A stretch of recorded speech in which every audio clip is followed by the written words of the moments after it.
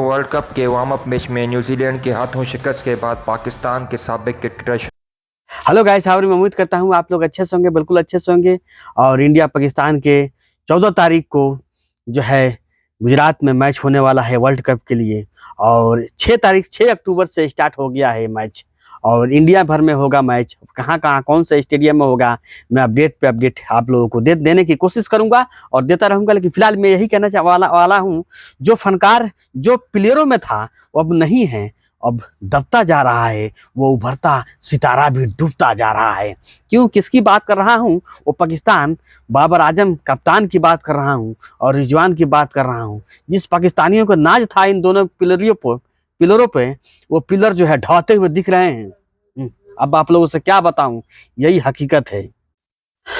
तो क्रिकेटर के दीवानों, खुल जाओ आसमान की तरह, ये जमाना कुछ और